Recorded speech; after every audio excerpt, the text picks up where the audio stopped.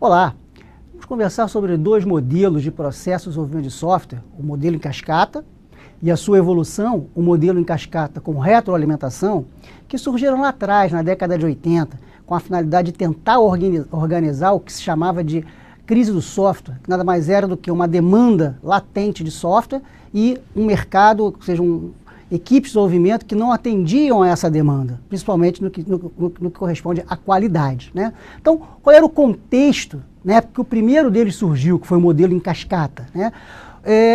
Toda a codificação, toda a programação era feita baseada na expertise dos programadores e do conhecimento que eles tinham na linguagem de programação. Não havia naquela época uma maneira estruturada, organizada de se desenvolver o sistema com etapas, com momentos diferentes, e as equipes começaram a surgir, né? As equipes começaram a se organizar. Então não tinha método, não tinha metodologia, não existia nada. Não havia teste, tampouco, né? Os erros eram corrigidos depois de implantados, ou seja, depois que os usuários percebiam os problemas e reclamavam. Não havia testes, por sua vez, também, né? E o que acontecia? Basicamente, programava-se. Não existiam atividades prévias que organizavam a etapa de programação. Obviamente, por ser uma estrutura complexa, isso não podia dar certo, né? Então, um processo de desenvolvimento de software, o que é? Ele organiza as atividades, as ações e todas as tarefas que permeiam o processo de desenvolvimento, desde a necessidade, ou seja, desde a percepção daquela necessidade, até o software rodando lá na ponta, né, com o usuário utilizando. Então não existia nenhuma maneira, nenhuma metodologia, nenhuma técnica que ajudassem as pessoas a fazer isso de uma forma melhor. E um processo de desenvolvimento é justamente isso, ou seja, ele contempla um conjunto de passos previsíveis, ou seja, um roteiro que ajuda na evolução do processo de desenvolvimento, tá certo? E esse processo ele pode ser diferente dependendo da organização em que ele se aplica e, obviamente, do projeto em si, do tamanho e da complexidade do sistema. Então, o primeiro modelo que surgiu é o chamado modelo em cascata. Surge lá na década de 80 como resposta a uma necessidade de uma melhor organização e disciplina para conduzir os processos de desenvolvimento de software, né? E esse modelo inicial em cascata, ele surgiu dividindo o processo de desenvolvimento em fases, em algumas fases, tá certo? Só que essas fases eram sequenciais, ou seja, uma fase só começava quando a outra terminava, e não havia a possibilidade de retroceder, de haver uma interação por algum problema existente, por algum crescimento, né? O modelo era sequencial e para frente, sempre andando em frente, né? Então, essa imagem que aí está, ela mostra a ideia das fases, o modelo de estudo, que na verdade equivale ao que a gente chama também de concepção, que é analisar a viabilidade, se o sistema é factível ou não de ser realizado, operacional, financeiramente, tecnicamente, né?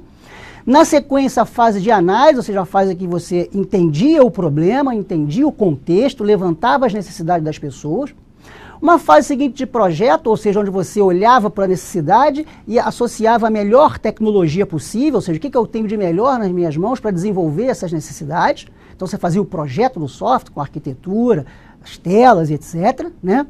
A codificação, que é a programação, que é o que de fato sempre existiu, que é codificar os programas necessários na linguagem especificada. Os testes, né? Naquela época mal se fazia teste, então pelo menos os testes chamados unitários ou os testes de integração precisavam de alguma forma participar desse processo de desenvolvimento, né? E o modelo de implantação, ou seja, aquilo que a gente treina os usuários, instala o produto no ambiente de uso dos seus usuários finais e deixa para que eles façam a utilização. Então o que acontecia?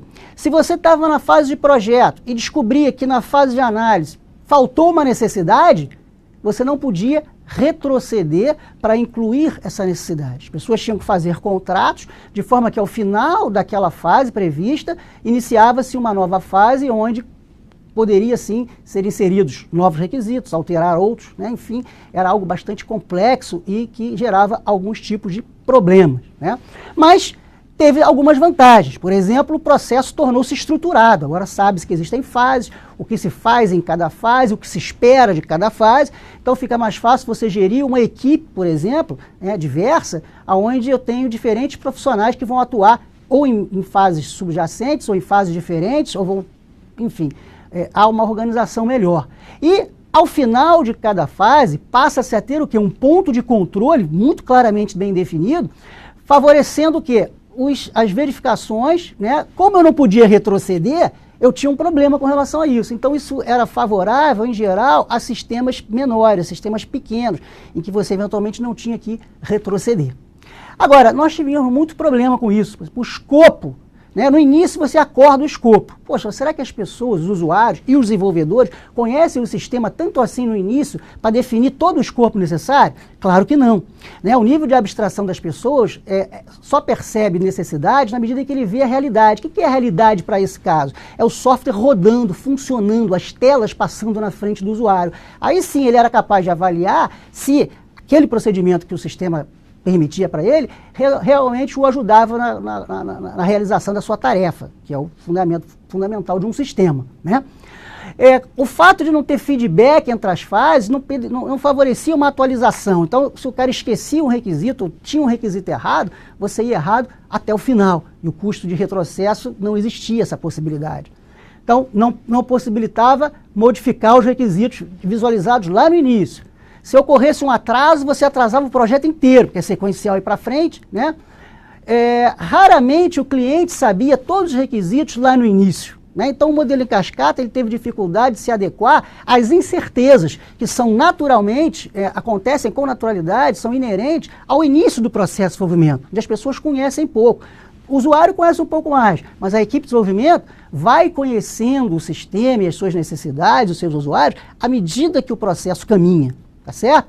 Então, uma versão operacional que o usuário pudesse utilizar só era conseguida lá na frente. Eu vou retroceder aqui para a gente olhar a tela novamente, olhar o modelo. O que acontece?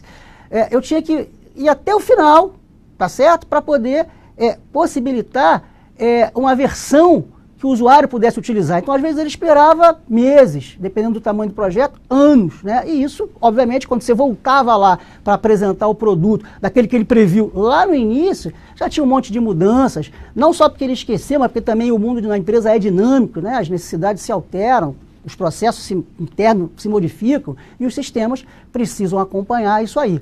Então, se eu tivesse um erro grave na etapa inicial, como, por exemplo, um requisito mal compreendido, mal especificado, você ia mal até o final, tá certo?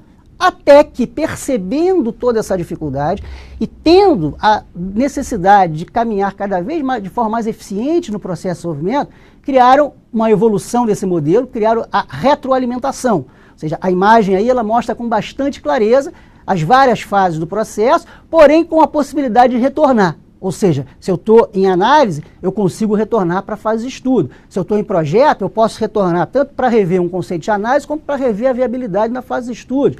Se eu estou em codificação, eu posso voltar para projeto, para consertar algum detalhe, né, de arquitetura do software, por exemplo. Posso voltar para análise, para inserir um novo requisito, ou modificar um requisito já identificado, porém que funcionava de uma forma um pouco diferenciada, e poderia voltar até para a fase de estudo. Quanto mais você avançasse, mais caro era o custo da correção. Se eu estivesse lá nos testes e descobrisse um problema de requisito, eu ia ter que retroceder aquele contexto nas várias fases anteriores para depois voltar tudo de novo. Então, o custo do retrocesso aumenta na medida que ele tinha que subir mais, né, nessa escala, nessa cadeia que aí se encontrava. Então, a vantagem disso, o que era a vantagem desse modelo? A vantagem desse modelo é que você conseguia agora, né, fazer o retrocesso, ajustar requisitos alterados, mal interpretados, inserir novos, né? Então você tinha aí essa possibilidade. Agora, dependendo da quantidade de revisões e realimentações necessárias, o processo pode se tornar difícil de você gerenciar. O retorno era complexo de você gerenciar isso aí.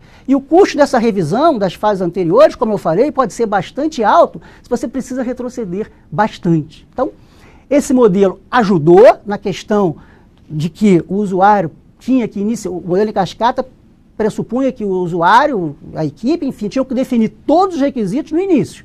Isso ele melhorou, porque se você percebesse alguma coisa durante, você poderia corrigir. Agora, você trouxe outros problemas, que é a questão da gestão desse retrocesso. Então, esse modelo ainda não era o ideal, ainda não era o que o mercado precisava e demandava, e novas evoluções continuaram a acontecer. Muito obrigado pela sua participação.